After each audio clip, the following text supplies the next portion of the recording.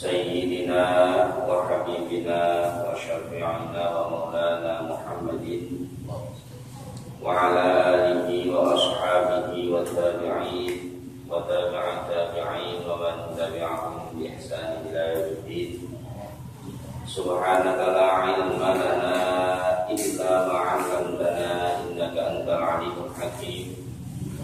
ربنا افتح بيننا وبين قومنا بالحق وأنت خير الفاتحين ولا حول ولا قوة إلا بالله العلي العظيم. أما بعد. Hadratil mukarramin wal muhtaramin, para jemaah sekalian, para hujjaj, para syahid, para tokoh masyarakat yang sama-sama saya hormati, dan mudah-mudahan semuanya senantiasa mendapatkan limpahan rahmat serta keberkahan dari Allah Subhanahu wa taala. Alhamdulillah, bi'aunillah wa bifadlillah, dengan pertolongan dan anugerah dari Allah Subhanahu wa taala, pada malam hari ini kita diperkenankan kembali berkumpul bermuajahah dalam satu majelis ilmu. Lahirnya tempat ini masjid, tapi kita gunakan sebagai majelis tempat duduk untuk mencari ilmu, ya. Makanya disebut majelis ilmu. Dan mudah-mudahan senantiasa kita semua beserta keluarga senantiasa berada dalam keadaan sihat wal afiyah dan ada dalam perlindungan dari Allah Subhanahu wa taala. Amin amin ya rabbal alamin. Shalawat beserta salam marilah kita sanjungkan untuk baginda kita Nabi Agung Muhammad sallallahu alaihi wasallam beserta para keluarganya, para sahabatnya, para pengikutnya ila yaumil qiyamah. Para jamaah sekalian yang saya hormati dan mudah-mudahan dimuliakan oleh Allah Subhanahu wa taala. Tadi disampaikan tema kita pada malam hari ini kaitannya tentang apa tadi? Hati. Ya. Kaitannya tentang hati. Hati yang solid, hati yang baik. Hati itu ada yang tahu? Saya juga sempat kebingungan. Baru datang pagi itu kelupaan baru ngasih tema. Ujuk-ujuk yang terlintas di dalam pikiran itu kok ya tentang hati. Dan kira-kira hati itu ada? Ada yang tahu? Hati kalau secara medis ini salah satu organ tubuh yang merupakan bagian daripada tubuh kita ya. Jadi ada bentuknya. Ada bentuk. Tapi coba kita resapi kembali. Ya. Karena yang disebutkan oleh Nabi Muhammad SAW dalam satu keterangan, bahasa organ yang dimaksud yang jadi pembahasan kita pada malam hari ini, beliau istilahkan, beliau ungkapkan dengan istilah, dengan bahasa mudghah. Mudghah itu Jawanya daging kempal. Mudghah. Ini yang diistilahkan oleh Kanjeng Nabi Muhammad SAW. Nah, kenapa beliau menyampaikan mudghah adalah penentu dari semua anggota tubuh? Kita ingat pasti hadis yang disampaikan oleh Kanjeng Nabi Muhammad SAW, potongan hadisnya, hadis dari yang lumayan panjang, lumayan rumit pembahasannya. Potongan hadisnya beliau menyampaikan, beliau bersabda, ala wa inna fil jasad mudghah. Ingat, di dalam tubuh kita itu ada mudghah. Ini bahasa hadis. Secara tekstual beliau menyampaikan seperti itu. Nah, dilanjutkan, idza saluha saluhal jasad. Jika mudghah ini saleh, baik, maka saluhal jasad. Baik seluruh tubuh, seluruh jasad. Yo tangan kita, yo pikiran kita, yo apa yang terbersit dalam pikiran, apa yang terbersit tersembunyi di dalam hati kita, di dalam rasa yang kita punya, semuanya bersih, semuanya saleh, baik, bagus. Kalau ini yang disebut mudghah, ini baik, bagus. Lah kalau yang disebut mudghah ini fasad, rusak, maka semuanya akan rusak. Selalu saja negatif thinking kepada orang lain, selalu saja berpikiran buruk kepada orang lain. Ini bahaya. Mungkin sebagian daripada kita menyatakan biasa saja, wajar saja dicurigai. Iya, tapi kalau kecurigaan itu berkelanjutan menjadi sebuah kebiasaan, ini yang repot. Wah, kadang-kadang idza saluhat saluhal jasad wa idza fasadat fasadal jasad. Nabi menjelaskan yang disebut mudghah yang dimaksudkan daripada sabda Nabi Muhammad sallallahu alaihi wasallam ala wahiyal qalb. Balik lagi. Berarti al-mudghah yang bisa menjadi patokan kebaikan pada diri kita adalah qalbu. Qalbu, sekali lagi sebagaimana yang tadi mungkin sempat saya sampaikan, secara medis itu organ tubuh yang merupakan bagian dari tubuh kita, yang ada di dalam tubuh kita. Lah kok bisa kalau kita pikirkan lagi? Lah kok bisa satu anggota tubuh bisa menentukan baik dan buruknya kita, bisa menentukan baik dan buruknya seluruh anggota tubuh? Kok ya bisa? Ya, pernah tidak kita berpikir dulu? Kok bisa sih? Ya, coba tangan sama kan? Tangan ini salah satu bagian dari anggota tubuh. Ya, salah satu bagian dari anggota tubuh. Ketika tangan kita pakai untuk nyolong, ya, ketika tangan kita pakai untuk nyolong, untuk maling, mengambil hak orang lain, ya, kita pakai mengambil hak orang lain, barang orang lain, menghancurkan keperawiran itu, harga diri orang lain, membunuh karakter orang lain dengan cara apapun, ya, namanya maksiat tangan itu kan ya banyak tuh. Bukan cuma mengambil hak zahir punya orang lain, enggak, ini punya siapa, punya si fulan, fulannya enggak ada, saya ambil. Ada koropak masjid diambil sama orang. Bukan cuma itu, maksiat tangan itu. Maksiat tangan itu yang apa yang kita share, apa yang kita bagikan kepada orang lain. Ini bagian daripada beberapa hal yang kita share. Ini bisa jadi adalah sebuah kemaksiatan yang tangan kita yang melakukan. Nah, ketika tangan ini kita buat untuk bermaksiat, bisa enggak kira-kira kita menyebut tangan yang jelek? Jika tangan kita jelek, maka seluruh anggota tubuh kita, seluruh jasad kita jelek. Bisa enggak? Tidak bisa. Kok untuk hati bisa?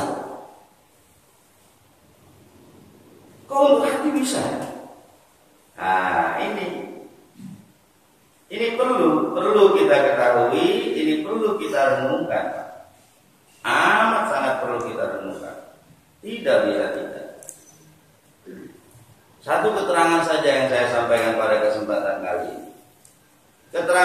daripada Imam Ibnul Qayyim Al-Jauzi, beliau berkata, al-qalb li hadhil a'dha kal malik al-musarrif al-mutasarrif, ya, kal malik al-mutasarrif fil jinn. Al-qalb li hadhil a'dha al-mutasarrif kal malik al-mutasarrif lil jinn. Kalau untuk seluruh anggota tubuh kita, untuk seluruh jasad kita, itu bagaikan al-malik al-mutasarrif. Malik, raja, penguasa, al-mutasarrif yang mengatur, ya, yang mengatur frekuensi pergerakan, mulai dari nafas, lirikan mata, ya, pikiran, liarnya pikiran, ya, langkah kaki, pergerakan tangan, semuanya diatur. Seluruh anggota tubuh kita ini kunciannya ada pada makhluk yang bernama qalb. Al-Malik al-Mutasarrif lil junud, bagaikan Malik, raja yang mengatur bala tentaranya. Kalau kita gambarkan secara harfiah, Bapak, al-junud, tentara, itu kan tidak mungkin tuh cuma beberapa orang, beberapa ribuan orang ada dalam satu kelompok, itu enggak. Ada yang namanya batalion, ada yang namanya segala macam infanteri dan lain sebagainya. Itu semuanya diatur oleh Al-Malik. Yang mengatur itu satu orang, Al-Malik. Makanya Ibnu Qayyim Al-Jauzi mengatakan al-qalb li hadhil a'dha kal malik al-mutasarrif lil junud. Cuma satu yang ngatur semuanya ini. Cuma satu yang mendorong pergerakan tangan kita, pergerakan jari kita, helaan nafas kita, lirikan mata kita, arah daripada liarnya pikiran kita. Cuma satu, al-qalb. Oleh karenanya, ya, ketika kita mencoba untuk meresapi daripada sabda Nabi, sebagaimana yang tadi, idza saluhat saluhal jasad wa idza fasadat fasadal jasad kullu. Kalau kita meresapi, mencoba merenungi sabda daripada Nabi tersebut, ya, kita cari, kita lihat dari keterangan beberapa para ulama tentang hati, salah satunya Imam Ibnul Qayyim, sebagaimana keterangan yang disampaikan oleh Imam Ibnul Qayyim, maka tidak ada lagi keraguan, tidak ada lagi kejanggalan, bahwa sebenar-benarnya kenapa qalb itu bisa jadi penentu, karena qalb adalah al-malik al-mutasarrif. Kenapa hati itu bisa jadi penentu baik dan buruknya jasad, baik dan buruknya pergerakan anggota tubuh selain hati? Karena qalb ini diumpamakan al-malik al-mutasarrif. Qalb diumpamakan sebagaimana raja yang mengatur dunia. Para jamaah sekalian yang dirahmati oleh Allah Subhanahu wa taala. Ada satu riwayat, ya, ada satu riwayat yang diriwayatkan oleh Al-Imam Ahmad bin Hanbal. Al-Imam Ahmad bin Hanbal, riwayat tentang Kanjeng Nabi Isa bersama para sahabatnya. Bunyi riwayat itu, qala al-hawariyun, hawari, para sahabat daripada Kanjeng Nabi Isa alaihi salam, mereka berkata, ya Masih Allah, undur ila baitillah ma ahsana. Ini kata hawari. Wahai Masih Allah, Allah itu yang dimaksud ya kanjeng Nabi. Kanjeng Nabi. Undur ila baitillah ma ahsana. Lihat Baitullah, lihat masjid itu ma ahsana, begitu cantik, begitu megah. Luar biasa. Kalau masjid yang digambarkan dalam riwayat ini mungkin ada di zaman sekarang, sudah viral, Pak. Kita mengenal istilah viral dan akhir-akhir ini, beberapa dekade terakhir ini. Mungkin itu masjid yang paling megah, viral itu pasti kan. Karena Hawariyun ma'ahsana, begitu elok, begitu cantik, begitu megahnya luar biasa. Jawabnya kanjeng Nabi Isa, amin, amin. Jawabnya kanjeng Nabi Isa, amin, amin. Bihaqqin aqulu lakum la yatrukullah min hadzal masjid hajaran qa'iman ala hajarin illa ahlakah bidunubi ahli. Ini jawabannya kanjeng Nabi Isa. Setelah Hawariyun berkata, wahai Masih Allah, wahai Al-Masih, lihatlah rumah Allah itu, lihatlah masjid itu, begitu megahnya dia, begitu hebatnya dia. Amin, amin, jawab kanjeng Nabi Isa. Tapi sungguh akan kukatakan kepada kalian bahwa Allah tidak akan membiarkan satu batu pun di masjid itu berdiri kokoh, kecuali dia akan menghancurkannya sebab dosa-dosa penduduknya. Nah ini sebab dosa-dosa penduduknya. Korelasinya apa kok dari hati kita membahas tentang masjid? Korelasinya apa kok dari hati kita membahas tentang dosa?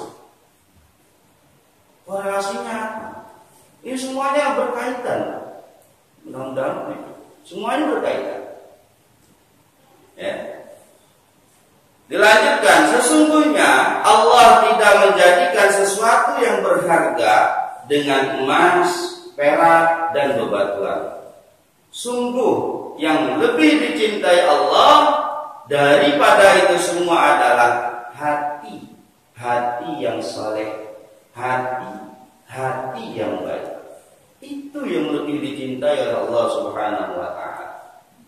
Lah, para jamaah sekalian yang dirahmati oleh Allah Subhanahu wa taala, kalau kita lihat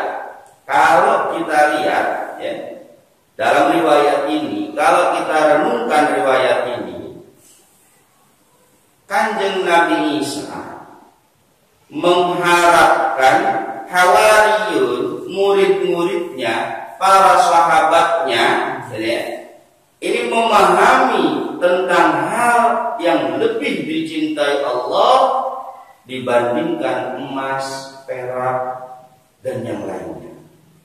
Dibandingkan barang-barang berharga yang menurut kita itu amat sangat baik, amat sangat penting.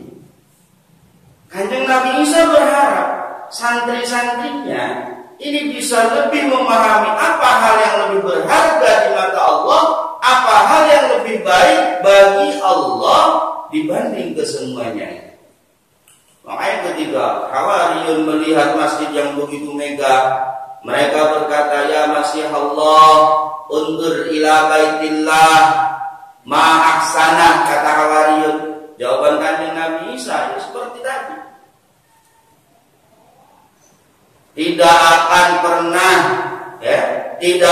pernah Allah menghancurkan bata-bata yang tersusun yang menjadi masjid itu yang begitu megah, ya, kecuali atas dosa-dosa penduduknya, atas dosa-dosa kaumnya.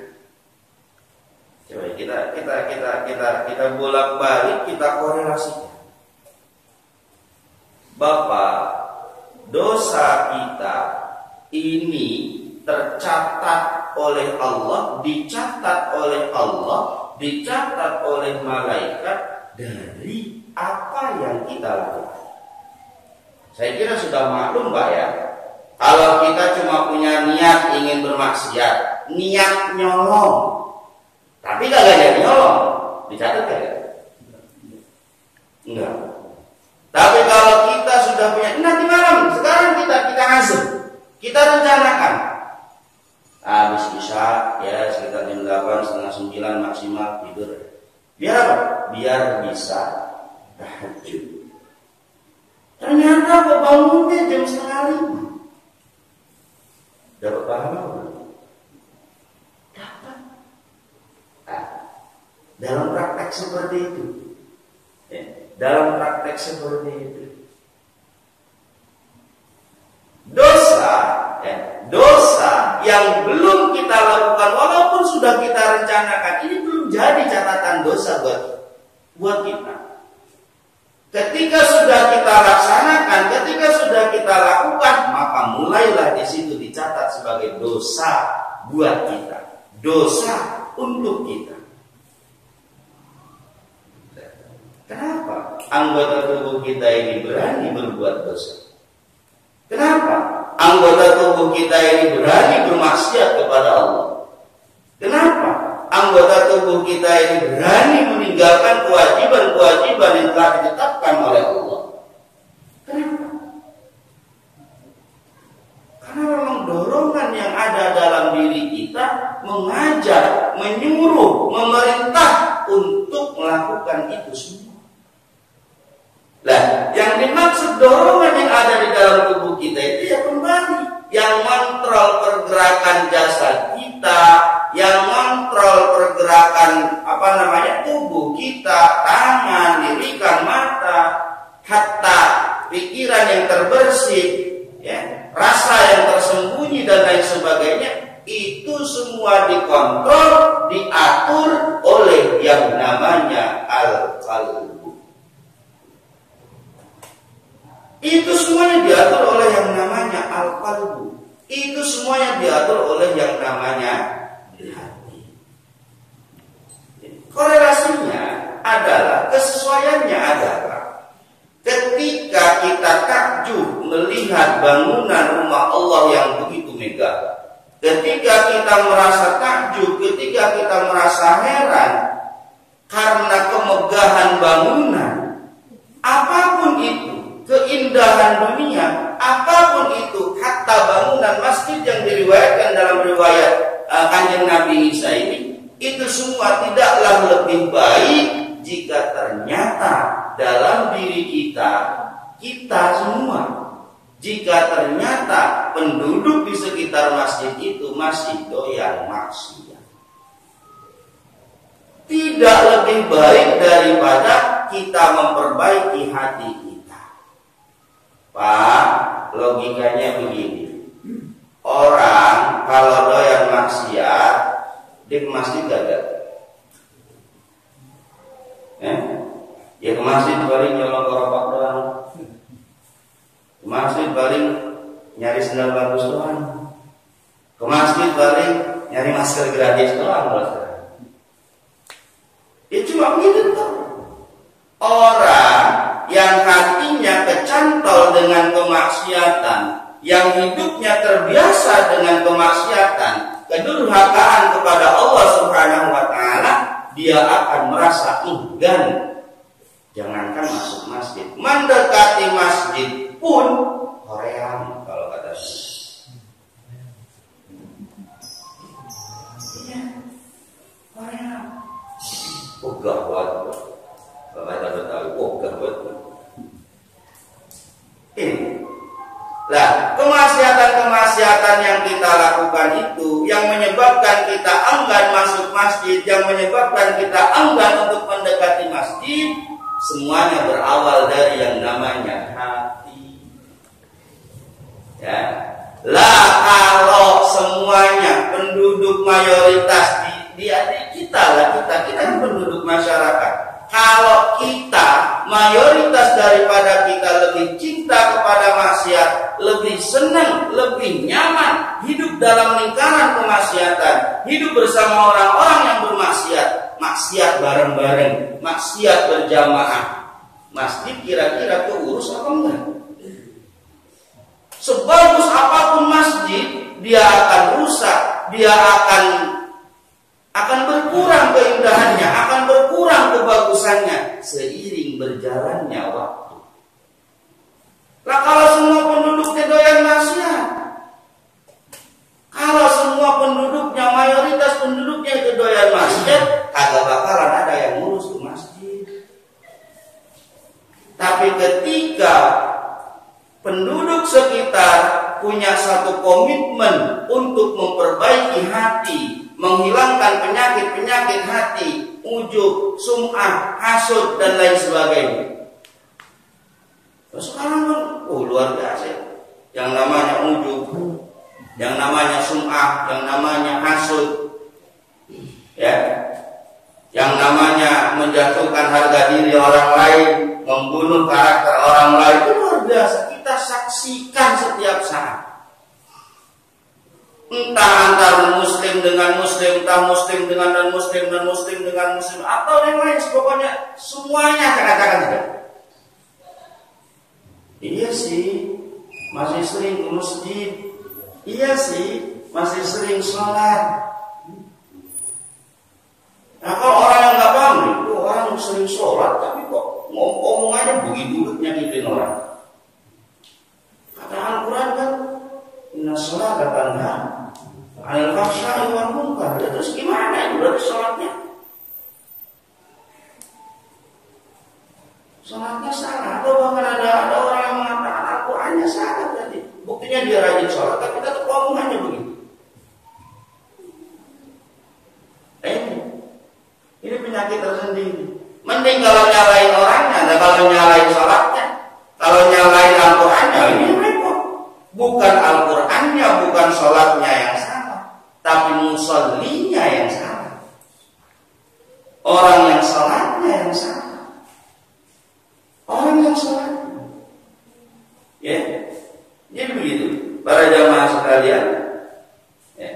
Ketika semua penduduk punya satu komitmen bersama yang sama, menyamakan frekuensi, menyatukan frekuensi untuk sama-sama memperbaiki hati, maka otomatis orang yang baik hatinya, orang yang bagus hatinya, dia akan cinta, akan rindu dengan tempat ibadah, akan rindu dengan tempat, dengan ruang tempat dia bercengkrama dengan Allah Subhanahu wa ta'ala.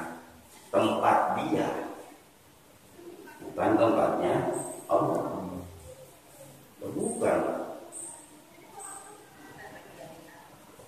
Tempat dia berduaan bersama Allah, tempat dia mengadukan segala sesuatu kepada Allah, dia akan rindu.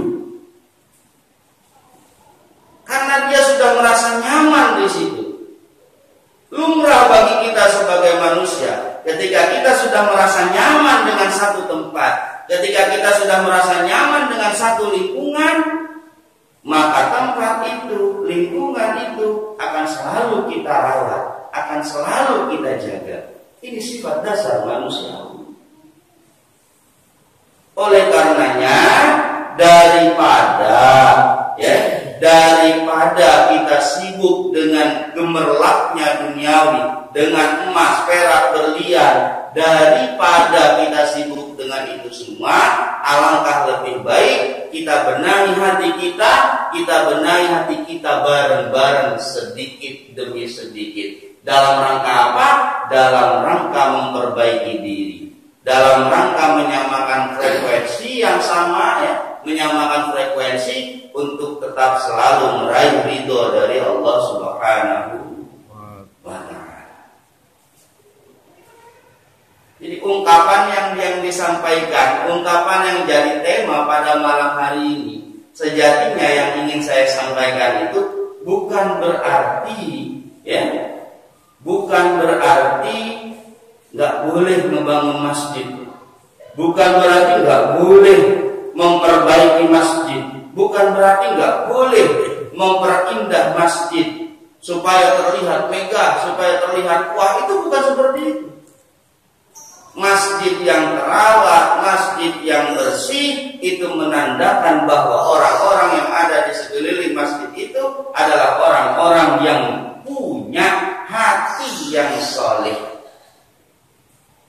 Masjid yang kumuh, semegah apapun, sebagus apapun, kumuh, terlihat tidak terawat, itu menandakan bahwa orang-orang yang ada di sekitar masjid itu adalah orang-orang yang masih amat sangat perlu untuk selalu memperbaiki hatinya, untuk selalu menghilangkan penyakit hatinya, untuk selalu membiasakan dirinya supaya betah, supaya merasa nyaman ada dalam lingkup orang-orang yang beribadah kepada Allah Subhanahu wa Ta'ala. Karena orang yang hatinya baik, dia akan nyaman,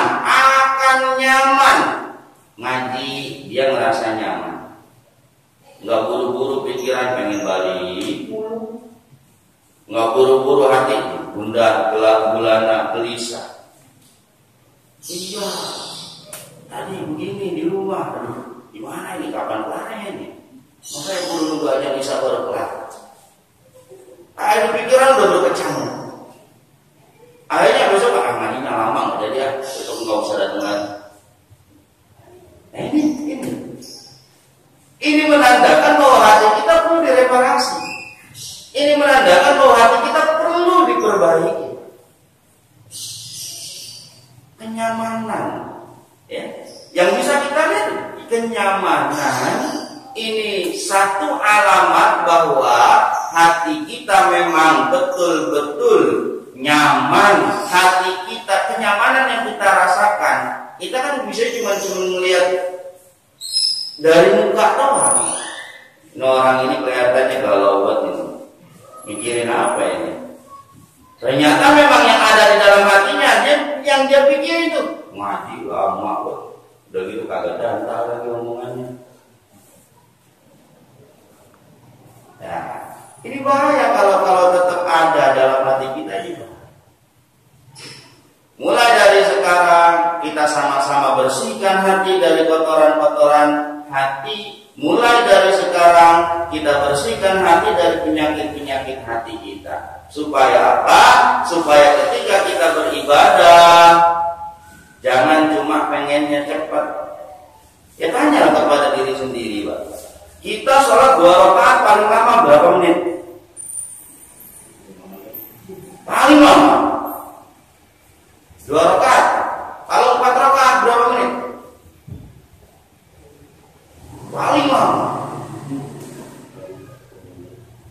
10 menit.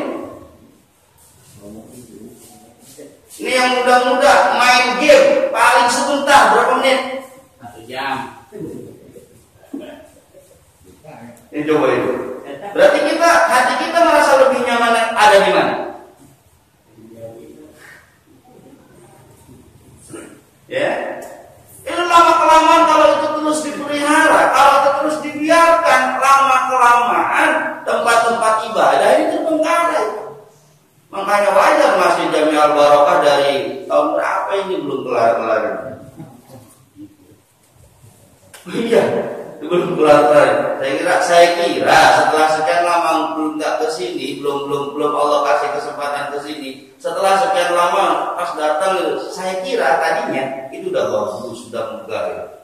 Pas tadi datang agak sorean sebelum maghrib, kok masih kayak begini? Ini pada kemana dermawan-dermawan? Ini pada kemana agnia-agnia? Ya sekali lagi, iya sih yang pengaruh itu. Ya. Sekali lagi, kalau masjid kita terawat, masjid kita bagus, itu jadi tanda bahwa kita orang-orang yang hidup di sekeliling masjid itu adalah orang-orang yang senantiasa menjaga hati, orang-orang yang senantiasa membiasakan diri, memposisikan diri untuk selalu merasa nyaman, untuk selalu merasa tentram, dekat dengan tempat ibadah, bahkan ada di dalam lingkungan ibadah itu sendiri, tempat ibadah itu sendiri. Tapi kalau masjidnya Untuk pembangunan aja butuh waktu 5 tahun, 6 tahun, 7 tahun. Masjidnya untuk pembangunan, untuk rehaban butuh waktu 4 tahun, 3 tahun. Ini pada kemana? Ya, kalau ya ta'amal, saya bukan mempertanyakan enggak, tapi saya ngajak kita berpikir. Kita selama ini kemana? Pembangunan. Ya. Jadi kalau tidak ada pemerhati masjid, masjid yang sebegitu gedenya, kalau nggak ada yang merawat, yang kena bukan cuma DKM kalau dalam penilaian ini. Kalau dalam penilaian, kalau kita merujuk kepada riwayat Kanjeng Nabi Isa, yang jelek bukan cuma DKM, yang jeleknya orang-orang yang hidup di sekitaran masjid. Lah masjid segitu gedenya, di tengah kampung kilokan kagak terawat. Masa iya nggak bisa dirawat? Masa iya kumuh? Masa iya kotor? Lah pada kemana? Nah, itu tanda kalau memang keadaannya seperti itu tanda bahwa hati kita, orang-orang yang hidup di sekeliling masjid, terlalu nyaman dengan gemerlapnya dunia, terlalu nyaman dengan apa yang ada di dalam hati kita. Kita sibuk mikirin HP, liatin yang muda-muda, mainin game. Kita sibuk chat sana sini, share sana sini. Kita sibuk dengan itu. Kita sibuk dengan itu semua. Ya. Saya ngajak bukan berarti saya punya satu kesimpulan, punya satu sangkaan bahwa orang-orang yang ada di masjid, orang-orang yang ada di sekeliling masjid yang belum jadi-jadi BCA terus statusnya bangunan Can Angges, itu orang-orang yang jelek semua, enggak. Tapi saya mengajak kita untuk sama-sama berpikir, masa iya mau begini aja? Masa iya hidup kita ini cuma begini aja? Pondok pesantren, berapa pondok pesantren yang butuh dana? Madrasah, berapa madrasah yang butuh dana? Kita punya, tapi kita nggak mau nengok. Kita punya, kita mampu. Ya, boro-boro nyamperin nengok aja juga. Ya. Mulai dari sekarang sama-sama kita rubah, sama-sama kita perbaiki hati, sama-sama kita bersihkan hati dari penyakit-penyakit hati yang akan merusak kehidupan kita sendiri. Para jamaah sekalian rahimakumullah, satu, sebelum kita tutup, saya bacakan kembali satu keterangan. Wa innama yahsulu salahuhu bisalamatihi minal amrad al-batinah. Kita bisa dikatakan berhasil, hati kita bisa dikatakan sebagai hati yang baik, hati kita bisa dikatakan sebagai hati yang bagus, sebagai hati yang bersih, kalau memang hati kita bersih dari penyakit-penyakit hati. Penyakit hati itu apa saja? Kalau mau kita rinci satu persatu, tidak kurang dari 20 penyakit hati. Tidak kurang dari 20 penyakit hati, bahkan lebih. Ini loh yang harus kita hilangkan dari hati kita. Supaya apa? Pergerakan tangan kita menjadi pergerakan yang sesuai dengan tuntunan Allah. Langkah kaki kita menjadi langkah kaki yang sesuai dengan tuntunan syariat Islam. Lirikan mata kita menjadi lirikan mata yang diridhoi oleh Allah. Apapun yang terbersit, apapun yang dilakukan oleh pikiran kita, seliar-liarnya pikiran kita, masih ada remnya, masih dikasih rem oleh Allah Subhanahu wa ta'ala. Artinya selalu berada dalam tuntunan Allah Subhanahu wa ta'ala. Mudah-mudahan mulai malam ini, mulai saat ini, kita sama-sama memperbaiki hati kita. Kita hilangkan tuh yang namanya hasud, kita hilangin tuh yang namanya iri, kita hilangin tuh yang namanya dengki, kita hilangin tuh yang namanya rasa selalu ingin terlihat hebat dibanding orang lain, sum'ah, ujub, dan lain sebagainya. Ya. Para jamaah sekalian yang dirahmati oleh Allah Subhanahu wa taala, mudah-mudahan mulai daripada saat ini sampai di waktu-waktu mendatang ila akhiril yaum, ila akhiri ajalina, sampai kita meninggal selalu senantiasa mendapatkan tuntunan dari Allah Subhanahu wa taala dalam rangka meraih ridho dari Allah Subhanahu wa taala. Amin. Mungkin itu saja para jamaah sekalian yang bisa saya sampaikan pada kesempatan kali ini. Mudah-mudahan sekali lagi bisa bermanfaat untuk kita, untuk keluarga kita, untuk orang-orang yang kita cintai. Satu hal mungkin ya, sebagaimana yang banyak sekali yang sering kali kita baca ketika kita tasyahud, kita sering baca. Bagi yang sering, kalau nggak pernah baca ya sudah pernah berarti. Bagi yang sering kita pasti tahu, bagi yang sering baca kita pasti hafal doa ya muqallibal qulub tsabbit qalbi ala dini wa ala ta'ati. Perbanyak doa itu supaya hati kita selalu mendapatkan tuntunan, supaya hati kita selalu ditetapkan oleh Allah untuk merasa nyaman, tentram dalam rangka beribadah kepada Allah, dalam rangka taat kepada Allah Subhanahu wa taala. Istiqomah ila akhiri ajalina. Ya, berbanyak doa ya muqallibal qulub, tsabbit qalbi ala dinik wa ala ta'atik. Mudah-mudahan amin amin ya rabbal alamin. Ya, langsung.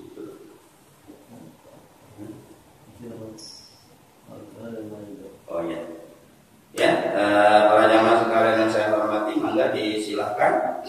Sebelum ditutup mungkin ada 1-2 hal yang perlu ditanyakan. Disilahkan sambil menunggu waktu isya. Monggo. Ini Pak Kiai. Mangga. Assalamualaikum warahmatullahi wabarakatuh. Waalaikumsalam. Terima kasih waktunya Pak Kiai. Maksudnya waktunya agak dekat kali ya. Tapi menurut saya kalau kita terlalu ini mungkin lewat sedikit waktunya tidak masalah ya Pak Kiai ya.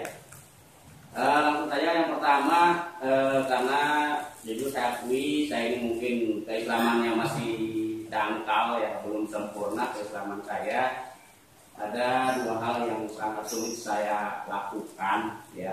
Yang pertama mungkin keikhlasan Pak Kiai ya. Keikhlasan saya masih jauh dari sempurna. Dalam hati Pak Kiai, apapun yang saya lakukan inginnya ikhlas gitu ya, karena mungkin berbagai hal ya, dari berbagai hal yang tidak perlu saya jelaskan, keikhlasan itu berkurang atau jauh lah. Jadi yang saya tanyakan adalah yang pertama, bagaimana cara memupuk keikhlasan kita ya, walaupun tidak sempurna, minimal ke arah sana lah ya. Yang kedua, dalam sholat pun saya paling sulit meningkatkan kekhusyuan dalam sholat gitu ya. Ada aja gangguan pikiran dalam berbagai hal ya, mungkin ini manusiawi ya. Sama dengan keikhlasan tadi, mungkin ya kesempurnaan masih jauh lah. Yang penting belajar untuk kekhusyuan itu. Jadi bagaimana cara memupuk atau menciptakan kekhusyuan itu. Yang kedua. Yang ketiga, ini mungkin di luar tema, tentang masbuk Pak Kiai. Diakuinya masbuk 1 rakaat itu dari batas gerakan sholat yang mana gitu ya, karena dari berbagai versi katanya misalkan ketinggalan sholat rakaat pertama nih Pak, kebagian dari kita sudah duduk di antara 2 sujud aja udah dihitung 1 rakaat, jadi tidak perlu diulang lagi. Ada yang bilang kalau sudah di gerakan yang di bawah itu tidak dihitung, kita harus mengulangi. Yaitu batasan masbuk diakui 1 rakaat itu setelah gerakan yang mana ya. Terus misalkan masbuknya kita di maghrib nih, di maghrib kan 3 rakaat, kita rakaat pertama ketinggalan nih. Logika saya yang belum dia masih awam, berarti kita bakal atahiyat 3 kali gitu ya. Karena kan rakaat kedua dan ketiga itu yang aslinya itu langsung at-tahiyat. Bagi kita yang ketinggalan 1 rakaat, berarti logikanya 3 kali. Nah, apakah kita yang rakaat yang pertama kita lakukan di maghrib itu tidak ikut tahiyat atau bagaimana? Itu saja mungkin Pak Kiai, mohon maaf. Assalamualaikum warahmatullahi wabarakatuh. Waalaikumsalam warahmatullahi wabarakatuh. Satu tentang masuk dulu. Dari ketiga baru kedua baru pertama. Ya. Saya balik Pak, mohon maaf. Tentang masuk, patokannya begini. Boleh saya sambil praktekkan Pak? Boleh.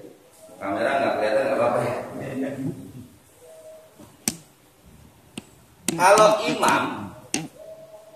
Kalau imam itu masih berdiri, ya, masih berdiri atau sudah ruku,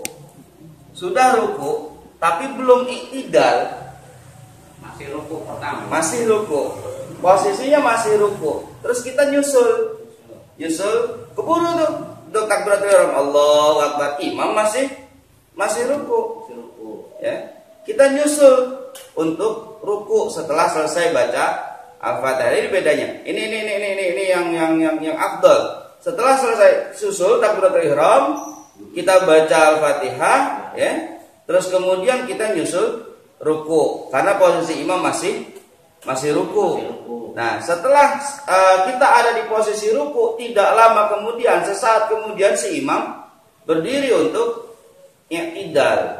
Kita ikut i'tidal. Ini nggak ketinggalan namanya, Pak. Nggak ketinggalan rokaat. Jadi patokannya yang ketinggalan 2 rokaat itu kita tertinggal rukun fi'li 2 kali. Patokannya tertinggal 1 rokaat itu kita tertinggal rukun fi'li. Rukun fi'li apa? Rukun pergerakan. 2 kali rukun pergerakan. Kalau kita tertinggal 2 kali rukun pergerakan itu rukun fi'li itu, maka tidak dianggap rokaat yang kita lakukan. Artinya nanti setelah imam salam kita harus menambah 1 rokaat sebagai tambalan tadi yang tertinggal. Kalau tertinggal 2 rukun fi'li, boleh enggak kita nyusul imam sudah ada dalam posisi sujud langsung sujud? Boleh, tapi jangan pengen dianggap sujud kita sebagai rokaat di dalam sholat itu. Belum dianggap rokaat, gitu ya. Terus itu satu tentang masuk. Terus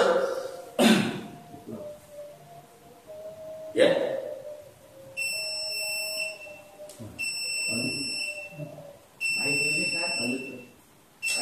Terus ya, untuk yang masbuk tadi apa? 3 rakaat. Oke, maghrib ya. Maghrib itu, Pak, pertama kalau kita tertinggal 1 rakaat, ya. Pertama kalau kita tertinggal 1 rakaat, berarti rakaat kedua kita masuk kan? Rakaat keduanya imam kita masuk. Karena imam berada pada posisi rakaat kedua, imam berdiri di rakaat kedua. Imam dan makmum yang lain sudah ada dalam rakaat kedua, namanya kita baru masuk, makmum berarti harus tetap ikut imam. Dia rakaat kedua terus tasyahud awal, kita tetap harus ikut tasyahud awal. Al makmum tabiun lil imam. Makmum itu ngikut apa yang dilakukan oleh imam. Nah, ketika imam ada di rakaat ketiga berarti tasyahud akhir. Kita ikut tasyahud. Tapi kita ikut tasyahud tetap, Pak. Tapi posisi tasyahudnya kita ini kan harusnya kita ada di rakaat kedua kan? Posisi tasyahudnya kita jangan duduk tasyahud akhir, Pak. Tapi duduk tasyahud awal. Jangan duduk tasyahud akhir. Akhir miring begini. Apa tawarruk apa istilahnya namanya? Tawarruk ya. Kita duduk tasyahud awal. Itu sebagai tanda bahwa kita sebetulnya baru ada pada rakaat yang kedua. Bahwa kita harus menambah 1 rakaat lagi setelah imam salam.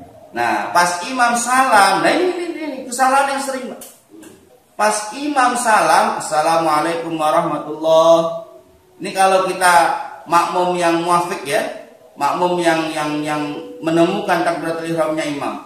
Imam assalamualaikum warahmatullah, kita makmum nih ikut-ikutan assalamualaikum. Imam belum sempurna. Salam pertama belum sempurna kita langsung ikut assalamualaikum warahmatullah, belum Pak. Selesaikan dulu salamnya imam, baru makmum boleh salam. Nah, kalau untuk praktek tadi, tunggu imam salam, selesaikan dulu assalamualaikum warahmatullah, assalamualaikum warahmatullah, baru kita berdiri menambal satu rakaat yang tertinggal tadi itu. Di ujung di rakaat ketiga kita sendiri ya tetap harus melaksanakan tasyahud akhir sebagai penutup daripada pelaksanaan sholat. Kalau tasyahud awalnya kita, rakaat keduanya kita, berarti rakaat ketiganya imam. Ya, kalau rakaat pertamanya kita kok ikut tasyahud? Iya, karena kewajiban makmum itu harus ikut imam. Gitu ya. Rakaat pertama kita kan kita tetap ikut tasyahud ya, karena masbuk tadi itu. Pada rakaat pertama, tapi kok tasyahud? Iya, karena kewajiban kita wajib ikut pergerakan imam. Untuk masalah ikhlas, apa syukur dulu ya? Syukur apa ikhlas? Khusyuk Pak. Teori-teori para ulama seringkali menyatakan itu, seringkali menggambarkan teori khusyuk. Batasan minimal, karena sulit Pak kalau kita dalam sholat itu mulai dari salam sampai mulai dari takbiratul ihram sampai salam kita harus iqomah ada dalam kekhusyukan, itu sulit. Model-model orang kayak saya apalagi itu jauh lebih sulit. Ada yang dipikirin Pak, beneran ada ya. Ngedengar suara anak kecil nangis lagi sholat, enak-enak ngedengar suara anak kecil nangis, yang terdengar itu mirip-mirip anak saya, padahal bukan. Nah, karena yang terdengar mirip-mirip suara anak saya, kan akhirnya kepikiran tuh, agak khusyuk jadinya. Ya, hatta Sayyidina Ali karramallahu wajhah pun, ya dalam satu riwayat kan ketika ditawarin apa? Sorbannya Kanjeng Nabi, ya mau yang mana? Tapi sholat khusyuk dulu, bisa nggak? Kalau bisa, saya kasih sorban. Belum ditanya mau yang mana nanti gitu. Mau sorban? Kalau mau sorban, sholat khusyuk, sholat yang khusyuk. Setelah Sayyidina Ali sholat mulai dari takbir sampai ada di posisi tasyahud akhir menjelang salam, terbersih hijau. Apa yang mana? Buktinya ini bukan riwayat yang melihatkan Sayyidina Ali, ini penggambaran untuk kita. Buktinya seketika setelah Sayyidina Ali assalamualaikum warahmatullah, assalamualaikum warahmatullah, ditanya mau yang warna apa, langsung jawab hijau. Berarti kan sebelumnya mikirin, karena Sayyidina Ali itu manusia, ini sifat-sifat manusia. Makanya Al-Imam Al-Ghazali dalam satu riwayat menjelaskan minimalnya khusyuk di dalam sholat ketika kita bisa ihdharul qalbi selama takbiratul ihram, titik. Minimalnya sholat khusyuk di dalam sholat. Jadi kalau takbiratul ihram itu benar-benar kita harus fokus pikiran kita, harus fokus hati kita, bahwa kita betul-betul berniat untuk melaksanakan sholat, beribadah kepada Allah, melaksanakan ketaatan kepada Allah sambil ngangen-ngangen makna takbiratul ihram, angan-angan makna takbiratul ihram. Setidaknya kita bisa khusyuk selama proses takbiratul ihram selesai. Berarti sholat kita khusyuk. Terlepas nanti setelah takbiratul ihram, kunci baru keinget. Terlepas dari setelah takbiratul ihram ada apa kek? Nah ini, ya.